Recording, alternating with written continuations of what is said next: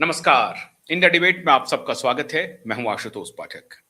मित्रों, आज हमें कुछ दर्शकों से थोड़ी शिकायत है। मेरे दूसरे कार्यक्रम पे अक्सर मैं मैसेज देखता हूं कि दिशा और सुशांत केस का डेवलपमेंट क्या है, इसे बताइए। जब भी डेवलपमेंट होता है तो क्यूबाई उसके पहले आपको सूचना देती है, उसके बाद उसकी सूचना देती है। लगातार कैंपेन हमारा जारी है। हमने आपको बताया था कि 24 जून को अगली सुनवाई है, उसकी तारीख लग गई है और आज मैटर ऑन हाई बोर्ड है। सुनवाई शुरू हो चुकी है बहुत पहले और उसके निर्णय भी आ गए हैं। इस पूरे प्रकरण पे बस थोड़ा सा इंतजार कीजिए। बड़ा ड्रामा हो रहा है इस केस में। नीलेश ओझा जी अभी बस कुछ ही पलों में ज्वाइन करने वाले हैं, लेकिन एक बात आप मान के चलिए, वो डाल डाल चल रहे हैं, हम बात बात चल रहे हैं। इस कानूनी लड़ाई में इतने दांव पेच हैं जिसकी कोई सीमा नहीं है। आज ये मैटर नंबर 2 पर लिस्ट हो चुका था। नंबर 2 का मतलब है मैटर ऑन हाई बोर्ड। अगर मैटर 10 नंबर से नीचे होता है तो मैटर ऑन हाई बोर्ड कहा जाता है। जस्टिस सारंग कोतवाल के बेंच में यह मामला आ चुका था, लेकिन आज एक नया तमाशा हो गया, अद्भुत तमाशा। और उस तमाशे को जब आप श्रीमान नीलेश ओझा जी बताएंगे और उसके बाद आज विस्तार से बताऊंगा कि ये खेल महाराष्ट्र में क्यों खेला जा रहा है, ये जानते हुए कि सब कुछ करने के बाद भी उनको न्यायिक निर्णय लेना ही पड़ेगा। एक तो 2-2 महीने की तारीख देते हैं, फिर जब सुनवाई आती है तो कोई ना कोई बहाना बन जाता है। क्यों जानबूझ करके एक ऐसे बेंच में रखा गया जिस बेंच को आज सुनवाई करनी थी, और क्या किया उन्होंने। नीलेश जी बस ज्वाइन कर चुके हैं। नीलेश जी आ चुके हैं, बस थोड़ा सा इंतजार कीजिए। लेकिन मैं अपने उन दर्शकों को यह कहना चाहूंगा कि जो अक्सर ये लिखते रहते हैं कि आप डेवलपमेंट नहीं बता रहे हैं, दिशा का क्या हुआ, दिशा का क्या हुआ। लड़ाई एक बात। हाँ, तो दिशा की लड़ाई के लिए हमारे वकील, हम सब लोग एक साथ लड़ रहे हैं, एक साथ। कोई सपोर्ट नहीं कर रहा है, ये ध्यान रखिए। ना तो कोई पैसे से मदद कर रहा है, ना ही कोई शरीर से मदद कर रहा है। वकील लड़ रहे हैं वहां पे, और जिस तरह से मदद की आवश्यकता सबसे है वैसा नहीं हो रहा है। फिर भी लड़ाई को अंजाम दिए हुए हैं। क्यों? क्योंकि हम लोग सत्य की लड़ाई लड़ रहे हैं। बहुत बहुत स्वागत है नीलेश जी आपका, आप ज्वाइन कर चुके हैं। आवाज आ रही है आपको? थोड़ा आप अपना हेडरूम ठीक कर लीजिए। हाँ, हेडरूम ठीक कर लीजिए, हेडरूम ठीक कर लीजिए। ऊपर ऊपर थोड़ा ज्यादा हो रहा है। हेडरूम हेडरूम, हाँ हाँ, यस यस, राइट। अब ठीक है, परफेक्ट है, अब परफेक्ट है जी। तो आज तो मैटर ऑन हाई बोर्ड था, हमारे दर्शक इंतजार कर रहे थे। तो आज क्या क्या हुआ सर कोर्ट में? मैटर आया शुरू में, जैसा हमने बताया, मैंने कहा सर ये वही मैटर है जिसमें आपने नवंबर में इनको फाइनल चांस बोल के 2 महीने का समय दिया था। तो कोर्ट ने, सारंग कोतवाल साहब थे, उन्होंने कहा देखो मुझे पूरा याद है, हम पूरा मैटर पढ़ के आए हैं। और अच्छा। उन्होंने जब हाई ऑन बोर्ड लगाया तो उस दिन भी उन्होंने कहा था हाँ। कि देखिए इतना सीरियस मैटर है तो आप मतलब इसको पहले लगाना चाहिए था। तो रजिस्ट्री को कहा चेक करो कहीं दूसरे बेंच को असाइन तो नहीं किया, नहीं तो हाई ऑन बोर्ड लगाओ। तो उनको पता है सीरियसनेस मैटर का। तो लेकिन जो ब्रदर जज थे, आज एक आशीष चौहान साहब बैठे हुए थे, तो उन्होंने कहा कि मैं इस केस से हटना चाहता हूं। तो मैंने कहा सर रीजन क्या है आपको केस से हटने का? एकदम रिस्पेक्टफुल मैनर में पूछा कि सर आप रीजन क्या है? तो उन्होंने कहा he is also a gentleman, उन्होंने कहा कि मेरा फ्लैट है उस सोसाइटी में जहाँ ये निशा सालियान का डेथ हुआ है। तो मतलब इनडायरेक्टली वो जज साहब का भी थोड़ा सा एक लिमिटेशन है, he is directly one of the possible witness भी हो सकता है, कॉन्फ्लिक्ट ऑफ इंटरेस्ट भी हो सकता है, बायस भी हो सकता है, तो इसलिए मैं ये केस नहीं सुन सकता। तो मैंने कहा सर ठीक है, एक कॉन्स्टिट्यूशन बेंच का जजमेंट है सुप्रीम कोर्ट का, जो supreme court advocate on record association recusal matter था जस्टिस खेर वाला 2016 का, उसमें जो जस्टिस मदन लोकुर का व्यू था, बाद में वही जजमेंट को फॉलो किया इंदौर डेवलपमेंट में। तो मैंने कहा सर उसके हिसाब से आपको ऑर्डर में लिखना पड़ेगा कि आप ये केस से क्यों हट रहे करके रीजन देना पड़ेगा। तो वो बोले ठीक है मैं दे देता हूँ रीजन। तो उन्होंने ऑर्डर में पूरा डिटेल में रीजन दिया है, ये ऑर्डर आ जाएंगी। तो अभी अब ये मामला जाएगा अल्टरनेट बेंच के पास, मतलब अब उतना समय न लगेगा, अभी तो छुट्टियां वगैरह खत्म हो गई है। तो अभी ये मैटर इस बेंच से निकल के अल्टरनेट बेंच के पास जाएगा। अल्टरनेट बेंच कौन सा है?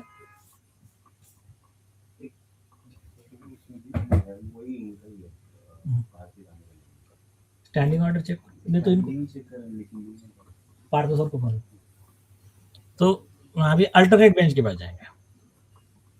अच्छा, अब आप आए हैं साहब, देखिए आपको मैं आज बरी नहीं होने दूंगा नीलेश जी, और आप कृपा करके आप ऐसा नहीं करिएगा, क्योंकि अब इतने सवाल उठ रहे हैं जनता के, अब जनता भी परेशान हो गई। देखिए भरत भूषण तिवारी नाम का एक लड़का था बिहार में, आप सोशल मीडिया पर देख रहे होंगे, वो 1.5 साल से, हाँ कोल्ड ब्लडेड मर्डर है, हाँ वो 1.5 साल से अलग अलग डिपार्टमेंट में जाकर के बाढ़ पीड़ितों के लिए मदद मांग रहा था। अभी फिर बाढ़ आने वाली है, फिर बाढ़ आ जाएगी, तो रिहैबिलिटेशन के लिए घर था, ये था। अब उसको देखिए कि उसने ये दिमाग लगाया कि मुझे खुद को शहीद करना है, तभी ये शायद जनता भी जगेगी और प्रशासन भी जगेगा। हालांकि उसने रास्ता गलत अपनाया, ठीक है, कानून को हाथ में लिया, इसमें कोई शक नहीं है, लोग उसकी आलोचना कर रहे हैं, लेकिन वो जब खुद के लिए तैयार कर लिया था कि मैं अगर ऐसा नहीं करूंगा तो मेरी हत्या नहीं होगी, मुझे लोग मारेंगे नहीं, और जब तक मेरा बलिदान नहीं होगा तब तक जनता जगेगी नहीं, प्रशासन भी जगेगा नहीं। अब ये बात और है कि प्रशासन को थोड़ा और संवेदनशील होना चाहिए था, और जब उसने सरेंडर कर दिया तो फिर उसकी कोल्ड ब्लडेड हत्या नहीं होनी चाहिए थी। अब आप कहेंगे कि भरत भूषण तिवारी का मैं जिक्र कर क्यों रहा हूं? मैं ये जानना चाहता हूं, हाई कोर्ट के जस्टिस बन गए हैं आप, भाई आप किसी सोसाइटी में रहते हैं, किसी हाउसिंग कॉम्प्लेक्स, आपने बहुत सही पकड़ा है, आपने कहा है आपको रीजन देना पड़ेगा ऑर्डर में, आपने अपने अधिवक्ता धर्म का तो जबरदस्त निर्वाह किया, आपको मैं सैल्यूट कर रहा हूं, मैं सैल्यूट कर रहा हूं कि आपने फटाक से पकड़ लिया, आपने कहा कि नहीं मिलॉर्ड जो भी है कोई बात नहीं है, आप हटना चाहते हैं हट जाइए, लेकिन आप इसको मेंशन कर दीजिए अपने ऑर्डर में। और उन्होंने कहा हाँ मैं मेंशन करने जा रहा हूं।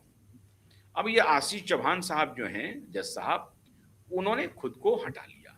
मैं ये जानना चाहता हूं नीलेश जी आपसे, और आज बैडमिंटन खेलने वाले जज से भी मैं बात कर रहा हूं सीधा सीधा, और आपको मैं निकलने नहीं दूंगा। आपने एक बात तो पकड़ी जज साहब की, आपने बिल्कुल आपने पकड़ लिया उनको, आपने उनको कानून के घेरे में बांध लिया है, आपको देश सैल्यूट कर रहा है, बहुत बढ़िया। लेकिन मैं जानना चाहता हूं नीलेश जी, भाई आपके पड़ोस में, और आप जज हैं मान लीजिए, और आप पुलिस ऑफिसर हैं या प्रधानमंत्री हैं मान लीजिए, आपके पड़ोस में कोई घटना हुई है, आपको तो और प्रोएक्टिव होना चाहिए। भाई आपको कॉन्फ्लिक्ट ऑफ इंटरेस्ट से कोई लेना देना नहीं है। भाई स्वर्णकांता शर्मा ने कहा कि भाई मैं तो सुनूंगी केस को, आप मेरे ऊपर आरोप लगाइए तो भी हम कहते हैं हाउसिंग सोसाइटी में फ्लैट अगल बगल है, उसी फ्लैट में रहते हैं, तो मेरा क्या कॉन्फ्लिक्ट ऑफ इंटरेस्ट हो सकता है? भाई घटना हुई है, घटना हो रही है ना, नहीं, देखिए ये जो विषय है ना, इसमें मैं थोड़ा आपसे सहमत नहीं हूँ। लॉ अलग है देश का, मैं बता रहा हूँ, और ये देश का नहीं, पूरे दुनिया का लॉ है। इसका मैं आपको एक एग्जांपल देता हूँ। 1924 में सुजेक्स का केस है, लॉर्ड डेनिंग का, क्वींस बेंच, यूके का। उसमें एक केस चला, ऐसा मान के चलो आदित्य ठाकरे के खिलाफ केस चला। केस चलने के बाद में उसको सजा हो गई। सजा होने के बाद में उसने ये लेकर आया कि ये जो है अपना जो जज के कोर्ट का जो क्लर्क है वो पहचान का है आरोपी के। अभी आप गौर कीजिए, वो ग्राउंड पे पूरी सजा कैंसिल करके फिर से ट्रायल का ऑर्डर हुआ। कोर्ट ने कहा justice should not only to be done, justice should have been seen to be done. तो छोटा सा भी कॉन्फ्लिक्ट ऑफ इंटरेस्ट है तो उसमें जज ने रेक्यूज करना चाहिए। और वो 1924 के जजमेंट को सुप्रीम कोर्ट ऑफ इंडिया ने 50 केस में फॉलो किया और 2025 में कृष्णदत्त अवस्थी में फुल बेंच ने फॉलो किया। तो अभी मान के ये जस्टिस आशीष चौहान साहब का जो है ना, इन्होंने एक्चुअली, इनका डायरेक्ट कॉन्फ्लिक्ट ऑफ इंटरेस्ट नहीं था, ये रेक्यूज नहीं करते तो कुछ फर्क उतना नहीं पड़ता था। लेकिन इन्होंने सोचा कि मैं एक बेनिफिट ऑफ डाउट दे रहा हूं कि जेंटलमैन है, मुझे ये आरोप नहीं चाहिए कि मैं उसमें one of the possible witness भी हो सकता हूँ, मेरा कॉन्फ्लिक्ट ऑफ इंटरेस्ट भी हो सकता है, इधर मैं जज बोल के बैठा हूं। तो अवॉइड करने के लिए उन्होंने कहा कि आप कोई भी बेंच पे रख दीजिए। अभी तक इस केस से कितने जज ने रिक्यूज किया है सर? 2। एक जो सीबीआई के वकील थे जस्टिस संदेश पाटिल, उन्होंने कहा मैंने फाइल पढ़ा हुआ, मुझे पूरा मालूम है इसमें। तो मतलब पूरा मालूम, मतलब मुझे अदर कैपेसिटी में इस केस का जानकारी है, तो मैं ये केस नहीं ले सकता। तो और पहले जो थे, पहली जो जस्टिस रेवती मोदी डेरे थी, तो उनके पास गलती से लग गया था, तो हमने कहा कि आप ये नहीं सुन सकते, ये महिला अत्याचार का विषय जस्टिस सारंग गोदवाल के बेंच पे जाना चाहिए। वो 2 अप्रैल का ऑर्डर है, बस इसके अलावा कोई ऐसा रिक्यूजल नहीं हुआ है। हाँ, रिक्यूजल, ये तो मैंने रिक्यूजल जो अपने से खुद से हटे हैं वो दूसरे जज हैं, ठीक है ना। बाकी जज जो हैं वो इधर से उधर बैडमिंटन खेलते रहे, और अब मैं बैडमिंटन खेलते रहे उनका ही बोलूंगा, ऐसा ही बोलूंगा। अब आप भरत भूषण तिवारी मुझे बना दीजिए, वो अलग विषय है। लेकिन मेरा ये कहना है कि ये बैडमिंटन जो चल रहा है, टॉस इधर से उधर बताया जा रहा है। चीफ जस्टिस बन गए चंद्रशेखर जी, उन्होंने कहा था, डेट दिया था, 2 महीने के बाद वो रवाना हो गए, सुप्रीम कोर्ट के जस्टिस बन गए। ठीक है, आलोक राधे जी आए सुनने के लिए, वो भी सुप्रीम कोर्ट के जज बन गए, सुने नहीं। और वो गडकरी जी, भोसले साहब, वो किधर गए पता नहीं। ये जस्टिस नारंग का तबादला हो गया गोवा से फिर मुंबई आ गए, अभी तक सुनवाई वहीं पर है, 0 पर है। अच्छा, तो भाई देखिए, जब जस्टिस वो जो सीबीआई के जो जस्टिस थे जिन्होंने खुद को रिक्यूज किया था, तो उनको तो पहले पता चल गया होगा कि भाई मेरे कोर्ट में ये फिर आ गया है, तो उसी दिन उन्होंने क्यों कर दिया कि मुझे हटा दो और इसमें दूसरे जज को अपॉइंट कर दो। मैंने पहले डेट पे किया था, जैसा मैटर उनके सामने तभी किया था। की बात नहीं है, अभी जस्टिस आशीष चौहान जी को तो कल पता चल गया होगा ना, तो फिर आए बराबर आए, अरे बोर्ड पे आया ना, तो तभी तुरंत उन्होंने कर दिया। नहीं, तो बोर्ड पर आने की जरूरत नहीं, मैं कह रहा हूं उनके पास तो पता होगा ना कि भाई दिशा का केस हमको सुनना है, तो उसी वक्त बोल देते हैं ना, लिख करके लेटर। पहले ही बोल देते हैं। तो पहले क्यों नहीं बोला उन्होंने? नहीं, ठीक है, उतना देखो, कुछ जज करते हैं, कुछ जज क्लियर लिख देते हैं। मैं आपको बताता हूँ, 1-2 जज थे, उन्होंने क्लियर लिख कर दे दिया। जैसा अभी एक जस्टिस जीएस कुलकर्णी का बेंच है यहाँ पर बॉम्बे हाई कोर्ट में, उन्होंने ऑर्डर में लिख कर दिया है, एक मिनट, हाँ वेरी गुड, हाँ सुनिए, इन्होंने लिख कर दिया है जस्टिस कुलकर्णी साहब ने डायरेक्शन रजिस्ट्री को कि एडवोकेट विजय कुर्ले, इनका कोई भी मैटर होगा भविष्य में जिसमें वो एडवोकेट हो, काउंसिल हो, डायरेक्टली इनडायरेक्टली कनेक्टेड, वो मैटर मेरे कोर्ट में रखने का ही नहीं। तो ये जो है, ऐसे एक बॉम्बे हाई कोर्ट के एक जज थे AK मेनन, उनके खिलाफ में प्रोसिक्यूशन मैंने फाइल किया था, तो उन्होंने लिख दिया था कि नीलेश ओझा का मैटर आएगा तो नॉट बिफोर मी, वो डायरेक्ट कर देते, मेरा नाम भी कोई बोल दिया कि इसमें मिस्टर आहूजा कौन से लेते, नॉट बिफोर भी करते थे। तो ऐसे तो क्या कितने जज थे कि वो मेरा मैटर है तो नॉट बिफोर भी करते थे, तो हाई ठीक। अच्छा एक बात बताइए, इसमें कॉन्फ्लिक्ट ऑफ इंटरेस्ट कहां पर एडजस्ट हो रहा है? आशीष चौहान एक सोसाइटी में रहता है, उसी सोसाइटी में मान लीजिए कि उसकी मर्डर हुई है या सुसाइड हुआ है, इसमें कॉन्फ्लिक्ट ऑफ इंटरेस्ट कहां आ रहा है सर? जो आपने 1922 का एग्जांपल दिया, क्योंकि आप तो विजार्ड हैं, आप तो लेके आ जाते हैं अपने जज साहब को बचाने के लिए, और उनके उनके कोर्ट में कर्मचारी था, उसका रिलेशन था, उसका तो ठीक है, उसका संबंध तो हम समझ में आता है। सोसाइटी में आदमी रहता है, इनका क्या रिलेशन है भाई, ये बताइए आप। ठीक है, अच्छा एक मान के चलिए, सुनिए, उसके ऊपर भी सुप्रीम कोर्ट ने क्या बोला कि अगर ठीक है, एक आधा जज अगर ये चाहता है कि ठीक है मुझे केस नहीं सुनना है भाई, मुझे इसमें छोटा भी दूर से भी, देवेंद्र पाल सिंह भुल्लर में क्या कहा सुप्रीम कोर्ट ने कि दूर, डायरेक्ट और इनडायरेक्ट, बड़ा या छोटा भी, दूर का भी कोई अगर कॉन्फ्लिक्ट ऑफ इंटरेस्ट दिखता है तो जज ने नहीं सुनना चाहिए। आप सुनिए, अब वो जज साहब को नहीं सुनना है तो सुप्रीम कोर्ट ने बोला भाई उस जज को हम हाथ पकड़ करके नहीं बैठा सकते कि तुमने मैटर सुनना है। हाँ, ये बात और है कि कोई रीजन है ही नहीं और जज कह रहा है कि मैं नहीं सुनूंगा, वो नहीं चलेगा, ये ऐसा सुप्रीम कोर्ट ने क्लियर किया। ये रीजन जस्टिफाइड है? रीजन ठीक है, मेरे हिसाब से ठीक है। अच्छा सुनिए ना, एक पॉजिटिव बात बताता हूँ। हाँ, पॉजिटिव क्या हुआ? पॉजिटिव बात यह है, आज कौन कौन थे कोर्ट में सर? कौन कौन थे मतलब सारे वकील थे, सारे, मतलब हम जब निकले तो पूरा ऑलमोस्ट मैक्सिमम कोर्ट खाली हो गया, सारे वकील थे अपने। तो आदित्य के भी वकील थे? अरे नहीं नहीं वो तो आ ही नहीं रहा है। अरे आज तो वो मैटर हियरिंग को था, आदित्य ठाकरे और उसके वकील सुदीप पासवाला को कस्टडी में लेने का, वो मैटर था आज ऑन बोर्ड पे। तो आज उसकी सुनवाई नहीं हुई, इसी कोर्ट इसी बेंच में था। हाँ, यही सब टैग थे ना मैटर, रशीद खान पठान की पीआईएल, तो supreme court and high court litigation association की पीआईएल थी, ये था बाद में, ये सारे मैटर एक साथ टैग थे आज। और ये तुम्हारा शैलेंद्र नगरकर को कस्टडी में लेने का, वो सब थे आज। लेकिन सुनिए, एक पॉजिटिव चीज ये है, आज सतीश सालन जी की एक इच्छा पूरी हो गई आज के ऑर्डर में। क्या? क्योंकि अब ये मैटर जा रहा है जस्टिस भारती डांगरे मैडम के पास। किनके पास? भारती डांगरे मैडम के पास, कि जैसा कि सतीश सालन जी कह रही थी कोई लेडी जज इनको सुनेंगी तो ज्यादा मेरे लिए, मुझे ठीक रहेगा। तो अब ये मैटर जा रहा है जस्टिस भारती डांगरे मैडम का बेंच है, डिवीजन बेंच, और जल्दी आ जाएगा, अभी कल सुबह मेंशन होगा, जल्दी आ जाएगा। तो ये शैलेंद्र नगरकर को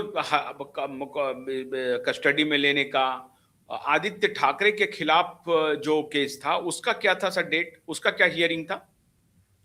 नहीं, वो सारे, हाँ, आदित्य ठाकरे ने झूठा एफिडेविट दिया ना, मैं तो एमएलए नहीं हूं, मैं बिजनेसमैन हूं, मेरी उम्र तो अभी 27 साल ही है कि मैं माइनर हूं, जो भी लिख दिया उन्होंने। दूसरा ये कि मुझे बिहार पुलिस ने क्लीन चिट दे दिया है दिशा सालियान के केस से, सीबीआई ने क्लीन चिट दे दिया है कि दिशा सालियान के केस में मेरा कोई हाथ नहीं है।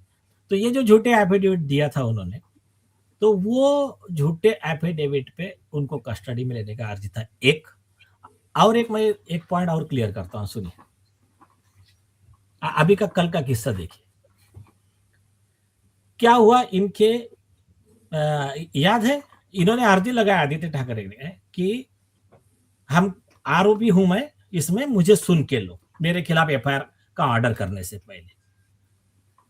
सेम आर्गुमेंट अनिल देशमुख था, महाराष्ट्र का होम मिनिस्टर था तब, तो उनके खिलाफ में हमने आर्गुमेंट किया था।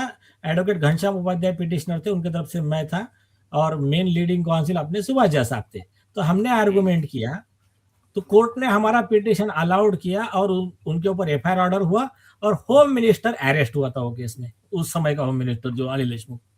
अब वो मैटर को चैलेंज किया था तुम्हारे अभिषेक मनु सिंघवी, कपिल सिब्बल, इनको कई मैटर में हरा चुके हैं हम लोग।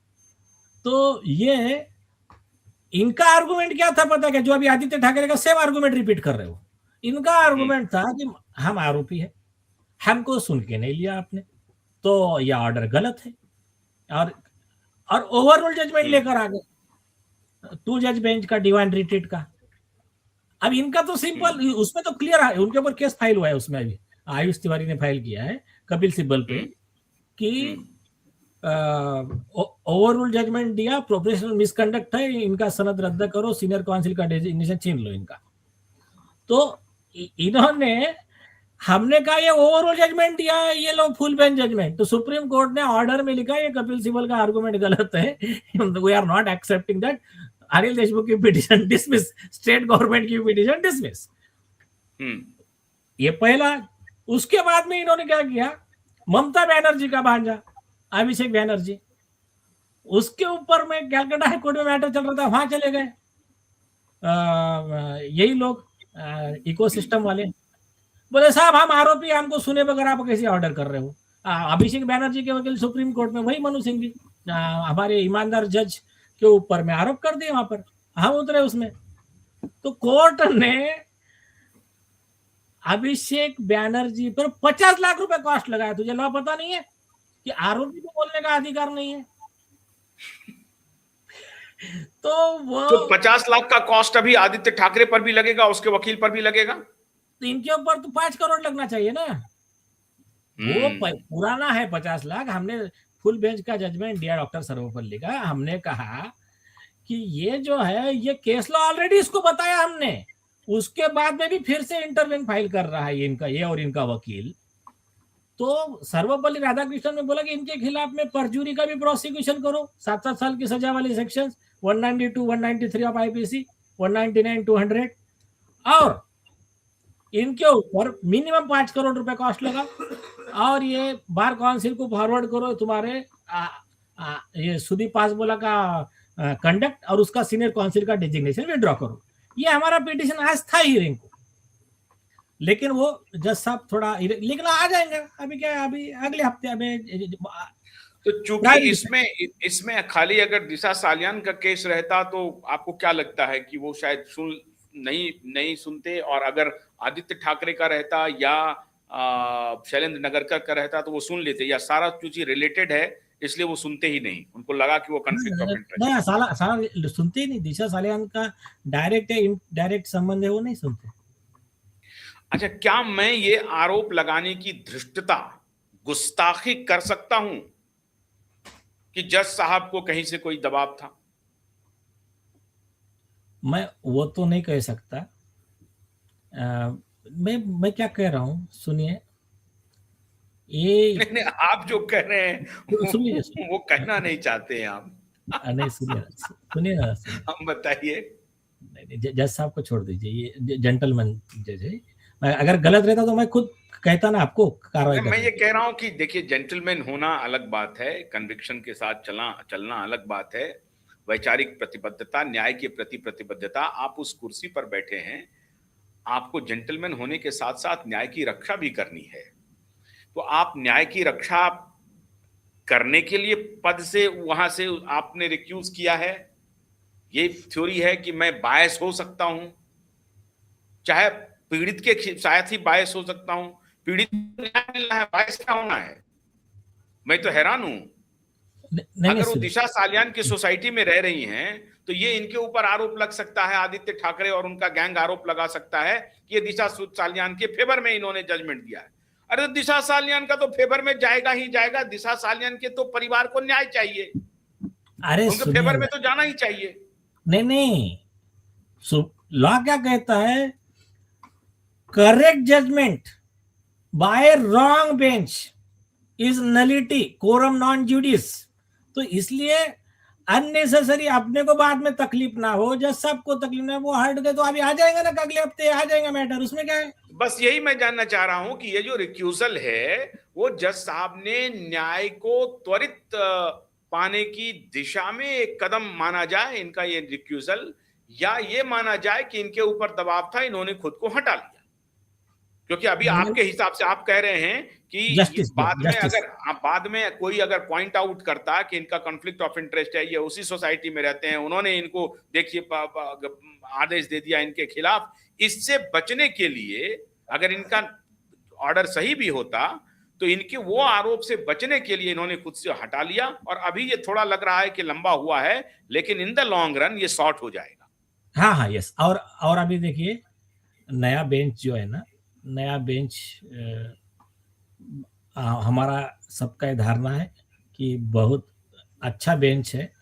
वो मैडम लॉ में बहुत जल्दी ग्रास्प कर लेते हैं पूरे, मतलब मैं मेरा अकेले का नहीं कर रहा हूँ, आप इस हाई कोर्ट के कोई भी रैंडम वकील को आप एक पूछ लेना अबाउट जस्टिस भारती डांगरे, वो कहेंगे बहुत ग्रास्पिंग पावर बहुत बढ़िया है, वेरी शार्प, वेरी ब्रिलियंट और क्विक डिसीजन। तो इस तरह का उनका नाम है कोर्ट में। तो जो ये कह रहे थे सतीश सलेम जी कि कोई भी लेडी जज के पास हमारा मैटर जाना चाहिए, वो हिसाब से ये परफेक्ट बेंच है मेरे हिसाब से। अच्छा, तो मतलब आशीष चौहान जी का जो ये रिक्यूजल है वो डिरेलमेंट नहीं है इस केस का। केस अपने स्टैंड पर बना हुआ है और द्रुत गति से न्याय की दिशा में बढ़ रहा है। और अब चूंकि भारती डांगरे के जस्टिस भारती डांगरे के बेंच में आ गया है, तो हम लोगों को उम्मीद करनी चाहिए कि त्वरित न्याय हम लोगों को मिल जाएगा। यस। और ये सुनवाई इस सप्ताह हो जाएगी, एक्सपेक्टेड है। इस सप्ताह मतलब कल मेंशन होगा मैटर, और जितना जो भी बेस्ट पॉसिबल अर्लियर डेट रहेंगे वो मैडम देंगे, उस दिन पॉजिटिव डेवलपमेंट एक्सपेक्टेड है। तो ये आदेश किसने दिया कि इसको अर्लीस्ट करिए? जस्टिस सारंग कोतवाल जी ने कहा कि इसको मैटर ऑन हाई बोर्ड रखिए। हाँ, ये उस दिन जब सर्कुलेशन लिया था उस दिन हाई ऑन बोर्ड रखने बोला था, लेकिन जब फाइल पढ़ा तब उन्होंने जज साहब ने कहा अरे यार वो सोसाइटी में मैं खुद रहता हूँ, मेरा कॉन्फ्लिक्ट ऑफ इंटरेस्ट है, ऐसा इस तरह से। फिर जस्टिस सारंग कोतवाल जी का क्या कहना था इस मुद्दे पर? चुप थे या क्या? नहीं नहीं, वो तो पहले दिन से मैंने कहा ना सर, मैंने कहा साहब पहला ऑर्डर इसमें आपका ही है, जो अप्रैल में आपके कोर्ट में आया था और आपने इनको बोला था 4 हफ्ते का समय दिया था, तब वो ऑर्डर आपका है। कहा उसके बाद में आपने वार्निंग के साथ लास्ट चांस बोला था इनको कि आपको कितना समय चाहिए, 1.5 महीने का ना, दिवाली की छुट्टी मिला के चलो 1.5 महीने का समय दे रहा हूं, इसके बाद में समय नहीं दूंगा। बोला साहब वो ऑर्डर भी आपका है। तो बोले बिल्कुल सही बात है, मैं उसको डिनाई नहीं कर रहा हूं, लेकिन हमारे ब्रदर जज का प्रॉब्लम है, बस ये बोल के उन्होंने ये किया और कहा कि मुझे पूरा मैटर मालूम है, हम पढ़ के आए आपका पूरा फाइल। मतलब इनडायरेक्टली उनका कहना था कि आपको ज्यादा आर्ग्यू करने की जरूरत नहीं है, विषय ये है। तो वो ये डायरेक्शन तो दे ही सकते हैं ना, जब आपने कहा कि ये चला गया तो वो डायरेक्शन तो दे सकते थे कि 1 सप्ताह के अंदर में इस केस को सुना जाए। नहीं, वो नहीं कह सकते। ये जो जिस को नया बेंच को असाइन हुआ वो देंगे ना अभी कि ये मैटर है, लिस्ट करो हाई ऑन बोर्ड वगैरह, वो देंगे, नया बेंच देगा। अच्छा, फिर वो चूंकि हमेशा मामला जा रहा है डबल बेंच के पास, अब उस मैडम के साथ उनके साथ तो मान लीजिए कि ठीक है, फिर कोई जज आ जाएंगे, फिर कहेंगे कि मेरा कॉन्फ्लिक्ट ऑफ इंटरेस्ट ठाकरे के साथ मिल गया है। अभी उसमें कुछ नहीं कर सकते। सुनिए, ये ऐसा जस्टिस सिस्टम है। आपको एक दिल्ली का केस बताता हूं। एक केस हुआ था खोसला जी का, 28 जज ने रेक्यूजल किया था उसमें, 28 जज अपने सिर्फ 2 ही हुए वो छोड़ दीजिए, वो इतना नहीं होगा इधर, या तो फिर स्पेशल बेंच कंस्टिट्यूट करके मिल जाएगा आपने। उसमें भी रूल है, एक साथ अगर 2 जज ने रेक्यूज किया तो फिर चीफ जस्टिस साहब उसमें स्पेशल बेंच कंस्टिट्यूट करके देता है, उनसे कंसल्ट करता है, जैसे कि किसका कॉन्फ्लिक्ट ऑफ इंटरेस्ट नहीं, ऐसे 2 आओ, फिर स्पेशल बेंच, फिर बेंच बदली नहीं होगा उसमें, फिर अंत तक वही बेंच डिसाइड करेगा। अच्छा, आपका अंदर क्या कहता है कि ये दूर से कहीं से आपको लग रहा है कि चूंकि ये मामला पॉलिटिकल है इसलिए जज साहब सब थोड़े घबरा रहे हैं?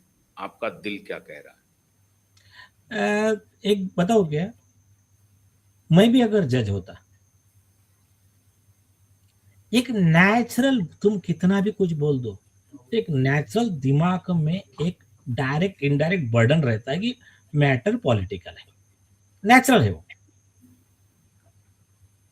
अब मुझे इतना बताओ ये अगर इसमें ये आदित्य ठाकरे आरोपी का नाम नहीं रहता, कोई भी एक सादा गरीब आदमी आरोपी रहता, कितना देर लगता? 10 मिनट, हाँ, बस 10 मिनट से अपना ज्यादा नहीं। हमारे और जो मैं इतने कैसे कह देता हूं, बता देता हूं। हाँ, पुलिस ने क्लोजर रिपोर्ट फाइल किया एक्सीडेंटल डेथ रिपोर्ट का।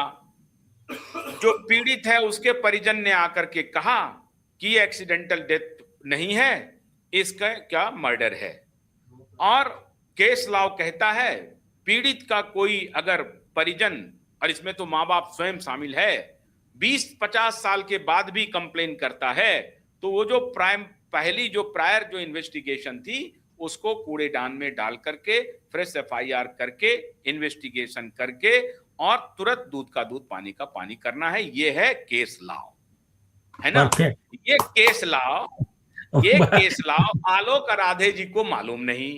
ये केस लॉ सुप्रीम कोर्ट के जस्टिस दोनों चंद्रशेखर जी को मालूम नहीं।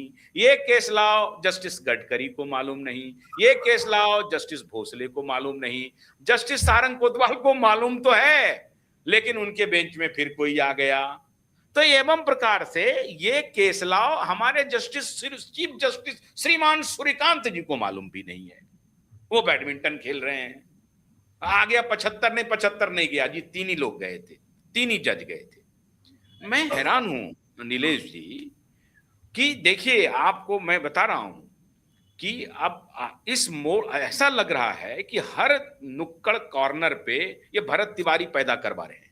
और मैं पूरी जिम्मेदारी के साथ कह रहा हूं, इसके लिए भारत की न्याय व्यवस्था पूरी तरह से जिम्मेदार होने वाली है। क्योंकि ये सिंपल, ये 10 मिनट का भी केस नहीं है ना, ये 10 मिनट से ज्यादा का है। मान लीजिए आप जज होते, 10 मिनट का केस है क्या, मैं आर्गुमेंट कर रहा हूं। 5 मिनट, 10 मिनट भी नहीं, 6वां मिनट नहीं लगेगा। और सुनिए सुनिए, मैं आपको बताता हूं, लास्ट टाइम तो चंद्रशेखर साहब ने इसमें बहुत अच्छा स्टैंड लिया था, 1.5 मिनट भी लगाया था, 1.5 मिनट। मैंने घड़ी लगा के चेक किया, क्या बोला उन्होंने मालूम है? जैसा सरकारी वकील उन्होंने कहा, वो देशमुख मैडम ने, सर वो हमारा अभी ना वो चल रहा है इन्वेस्टिगेशन, वो सीसीटीवी हम अभी देख रहे हैं। तो बोले 5 साल से चल रहा है। उन्होंने बोला सुनो, कौन सा इन्वेस्टिगेशन चल रहा है? बोले 174 का एक्सीडेंटल डेथ रिपोर्ट का। उन्होंने कहा सुनो, 24 घंटे से ऊपर नहीं लगता है एडीआर रिपोर्ट को एक, और एडीआर में आप वहां जो देखा उसके आगे आप कुछ नहीं देख सकते।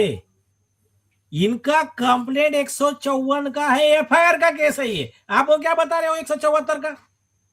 तो उनको जो टैग इंस्ट्रक्शन, तो जैसा उन्होंने झापा, तब ये ऑन रिकॉर्ड की बात कर रहा हूं, तब सरकारी वकील ने राइटिंग में लेटर इशू किया है पुलिस डिपार्टमेंट को कि चीफ जस्टिस साहब ने ये बोला है। फिर उसके बाद में आपके परम मित्र शैलेंद्र नगरकर जी, इन्वेस्टिगेशन ऑफिसर ने भाग दौड़ शुरू किया, लेटर भेजा। हमारे जो विटनेसेस थे उसमें अपने एक witness assistant commissioner of police को लेटर भेजा,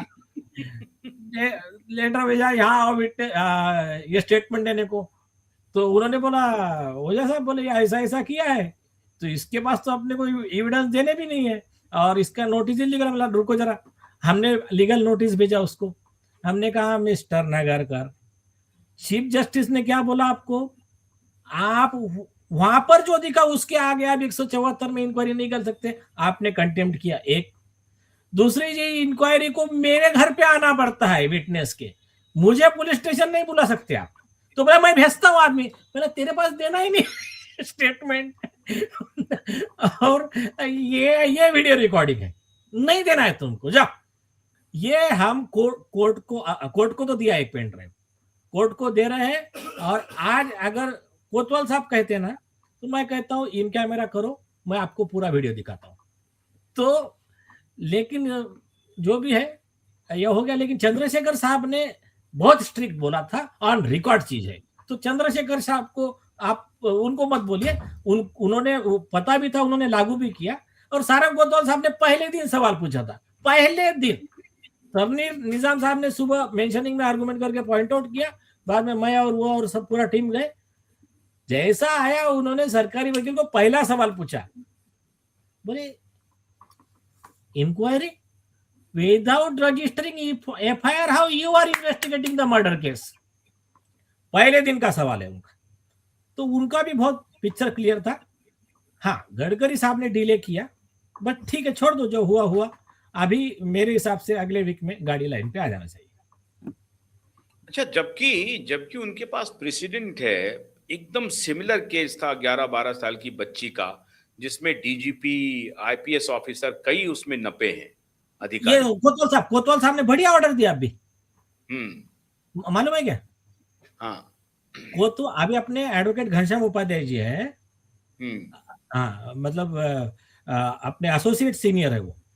तो उन्होंने आर्ग्यू किया कोतवाल साहब के कोर्ट में। 11 साल पुराना मैटर है, छोटी बच्ची का। 11 नहीं, 16 साल पुराना मैटर है, और बच्ची 11 साल की है। उसके ऊपर में रेप और मर्डर का केस इशू था। पुलिस वालों ने क्या किए, उसमें आपने इसमें तो एफआईआर भी नहीं किया था, उसमें चालू बना गया कि एफआईआर कर दिया। ये एक्सीडेंट इसका homicide not amounting to murder बिट, ऐसा एफआईआर कर दिया। और एफआईआर करके इसको मैनेज किया डॉक्टर को, और डॉक्टर का रिपोर्ट लाके जोड़ दिया कि इसमें ना कोई रेप का कोई सिग्नेचर दिख रहा है, ना मर्डर का कुछ दिख रहा है। दो केस में हियरिंग हुई। कोतवाल साहब ने डिटेल ऑर्डर दिया है 2 महीना पहले। उन्होंने कहा कि ये डॉक्टर का रिपोर्ट झूठा बनाया, क्योंकि पहले वाले डॉक्टर ने बोला मुझसे इन्होंने कहा था कि आप रिपोर्ट हम बनाते हैं, आप आकर साइन कर देना। इन्होंने वकील के थ्रू रिपोर्ट बना के लिया पुलिस वाला ने कि इसमें आरोपी बच कर सकता, वैसा रिपोर्ट बनवाया मेडिकल का। वो रिजेक्ट हुआ। तो फिर कोर्ट का प्रेशर देख के इन्होंने जे यहाँ के हॉस्पिटल के सीनियर 3 डॉक्टर की टीम बनाई, उनका रिपोर्ट बनाया कि नहीं इसमें कोई ये नहीं है। वो दोनों रिपोर्ट रिजेक्ट करवाए उपाध्याय जी ने। कोर्ट ने स्ट्रिक्चर पास किया। और इनकी मुंबई पुलिस की स्टोरी क्या थी, खून खौल जाता है। वो लड़की के डेड बॉडी मिली, एक भी कपड़ा नहीं था दिशा सालान की तरह। और मतलब डॉक्टर ने लिखा कि उसके प्राइवेट पार्ट का जब पोस्टमार्टम के लिए कैमरा लाया, तो कैमरामैन को वोमिटिंग हो गई, आगे का वीडियो रिकॉर्डिंग नहीं कर पाया, वो चक्कर आकर गिर गया। तो इतने गंदे केस में, हाँ, और डिफेंस क्या ले रही है पुलिस, डूब के मरना चाहिए इनको। क्या बोलते पता है क्या, वो उसने ना थोड़े ढीले कपड़े पहने होंगे पिताजी के, तो वो बहकर चले गए होंगे पानी में। Oh my God. कोर्ट ने स्ट्रिक्चर पास किया उनके खिलाफ, और सीबीआई को मैटर ट्रांसफर किया 16 साल के बाद। यही सारंग कोतवाल जी ने अच्छा ऑर्डर किया है। तो नर पिशाच है, नर पिशाच है पुलिस, तो कमाल है। अभी क्या बोलूं यार मैं इस पे, अभी समाज ने सोचना चाहिए क्या वो। अच्छा, और एक आशुतोष जी, ये उनके साथ हुआ ठीक है कि अभी वो तो बेचारे लड़ ले रहे हैं जो भी है। आज कई गरीब ऐसे उनका बोलना नहीं, लेकिन मतलब अभी भगवान जैसा न्याय करेगा करेगा। अभी क्या करेगा गरीब आदमी, जिसके पास वकील है पैसा लगाने को, उपाध्याय जी जैसे वकील मिल गए, ठीक है। तो अभी चलो कोई बात नहीं, वो एक विषय अलग। आगे क्या हुआ, 2 महीना पहले बंबई के पुलिस इंस्पेक्टर की लड़की को किडनैप करके ले जा रहा था एक आदमी। तो दूसरे लोगों ने देख के उसकी वाइफ को बताया। वाइफ को बताने के बाद में वो भागी भागी गई, तो पकड़ पाई, उसकी बच्ची की जान बच गई। अब आपके लिए शॉकिंग पॉइंट बताता हूं मैं।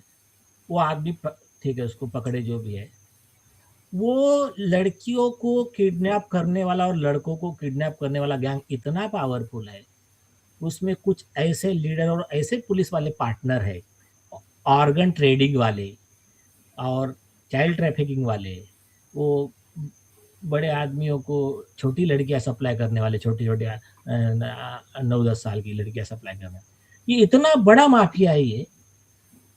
एक भी पॉलिटिकल पार्टी ने वो विषय नहीं उठाया कि ये हो क्या रहा है। पुलिस वाला थाना इंचार्ज की बेटी किडनैप हो रही है बंबई में, देश की आर्थिक राजधानी, ये लॉ एंड ऑर्डर है। और उसमें कोई पार्टी ने, ना सत्ताधारी ने ना विपक्ष ने, तो इनका दोनों का ये मामले में तेरी भी चुप मेरी भी चुप। तो आप समझ लो कि माहौल कैसा है, किसके साथ में लड़ना पड़ रहा है कॉमन मैन। अब हमारे दर्शकों को शायद पता चल रहा होगा कि सिस्टम से लड़ना कितनी बड़ी बात है। पूरी सिस्टम से लड़ रहे हैं हम लोग, पूरी सिस्टम से, और उसमें सफेद पोश नेता भी हैं, अच्छे भी हैं, बुरे भी हैं, लेकिन पूरी सिस्टम से लड़ाई जारी है। मैं हैरान हूं, हमारे देश के प्रधानमंत्री को भी इस पर संज्ञान लेना चाहिए, गृह मंत्री को भी संज्ञान लेना चाहिए, और जरूर ले भी रहे होंगे। अब धीरे धीरे वो ले रहे होंगे, सबका लेंगे वो हिसाब, मुझे पूरा यकीन है, पूरा भरोसा है। तो बहुत बहुत शुक्रिया नीलेश ओझा जी। हम उम्मीद करते हैं कि जल्द से जल्द ये मैटर दिशा का अब कंक्लूसिव एंड के तरफ पहुंच रहा है। और जैसा कि अभी जानकारी मिली कि महिला जज के बेंच में, वन ऑफ द जज है, डबल बेंच में जाएगा ये, तो जस्टिस डांगरे साहब के जो मोहतरमा के बेंच में गया है, तो उम्मीद कीजिए कि अगली तारीख में जरूर कुछ न कुछ दूध का दूध पानी का पानी होगा। निराश फिर भी नहीं होना है। सारी बात हमने आपको बता दी है, रिपीट करने की जरूरत नहीं है। लड़ाई जारी है। बहुत बहुत शुक्रिया। नमस्कार।